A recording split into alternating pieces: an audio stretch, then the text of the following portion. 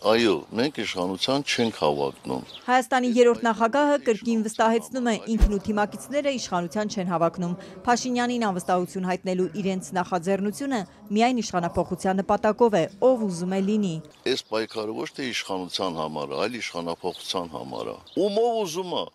մենակ իշխանափոխություն լինի։ Սարգսյանն այսօր նաև վստահեցրեց, թե Փաշինյանին հեռացնելու հարցը չի քննարկել երկրորդ նախագահ Ռոբերտ Քոչարյանի հետ։ Պատիվ ունեմ խմբակցությունը 3 օր առաջ հայտարարեց Նիկոլ Փաշինյանին անվստահություն հայտնելու իրենց նախաձեռնության մասին։ Խորհրդարանից դուրս էլ քայլեր կանեն, փողոցում էլ շարժում կսկսեն։ Իհարկե գեներացվելու է, առանց փողոցի ո՞նց կլինի։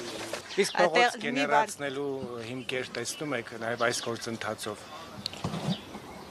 Վստահ եմ ես, ոչ թե տեսնում եմ, այլ վստահ եմ։ Սերժ Սարգսյանի թիմակիցները առաջարկում են Նիկոլ Փաշինյանին փոխարինել Մասիսի քաղաքապետ Դավիթ Համբարձումյանով։ Նրան են առաջադրել վարչապետի թեկնածու։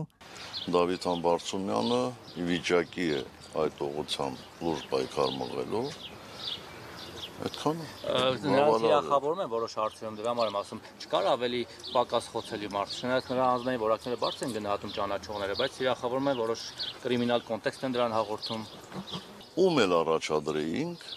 ակնհայտորեն մեծ հակազդեցության էր արժանանալու, եւ այդ մասին ես ձեզ ասել եմ։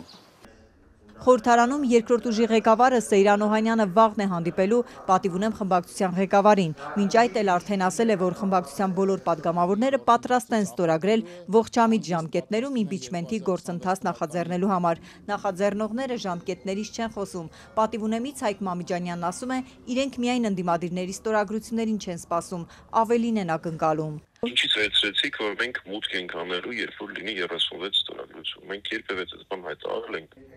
Երկու ընդդիմադիր խմբակցությունների ձայները բավարար չեն անգամ, որ անվստահություն հայտնելու նախագիծը հասնի քննարկման։ Երկու ստորագրություն պակասում է խորհրդարանում 4 պատգամավորներ կան, որ լքել են ընդդիմադիր ու իշխանական խմբակցությունները։ 3-ը հայտարարել են չեն միանալու, մեկից Իշխան Զաքարյանից լուրջ կա։ Եթե անգամ այս երկու ստորագրությունն էլ լրացնեն, որ նախագիծը կարողանան քննարկել, ընդունել ու Փաշինյանին պաշտոնան կանեն, առնվազն 28 պատգամավոր էլ իշխող թիմից պետք է միանա։ Ինչպես են ապահովելու այս ձայները, Հայկ Մամիջանյանն ասում է, չեն շտապում նախագիծն արագ քննարկման դնել։ Եվ հետագայում ովքեր որ միանան,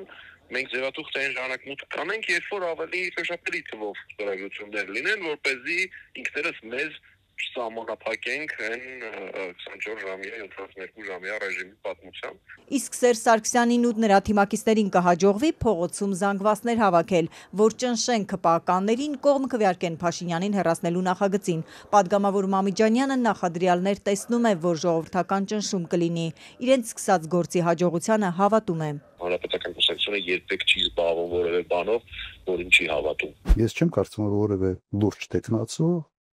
պատրաստ է ուղղակի մտնել այդպիսի գործընթացի մեջ։ Խորհրդարանով Փաշինյանին տուն ուղարկելու այս սցենարը իրատեսական չի համարում երկրորդ նախագահը, մինչև Սարգսյանի թիմակիցները այս նախաձեռնություններ Ռոբերտ Քոչարյանն ասել։ Ես ավելի պրագմատիկ մարդ եւ մտնել մի process-ի մեջ, որը զրոյին ձգտող հաջողության հավանականություն ունի, ինձ համար դա իսկապես հետաքրքիր չի։ Չնայած Սերժ Սարգսյանի ու նրա թիմակիցների ակնկալիքներին, իշխող թիմից վստահեցնում են, իրենց շարքերից ոչ մեկը չի միանա Նիկոլ Փաշինյանին հեռացնելու գործին։ Իշխանությունը պատրաստվում է հերթական 2026-ի ընտրություններին։ Հետհաշվարկը սկսված է։ Սոցցանցերում գրել է Ազգային ժողովի խոսնակը։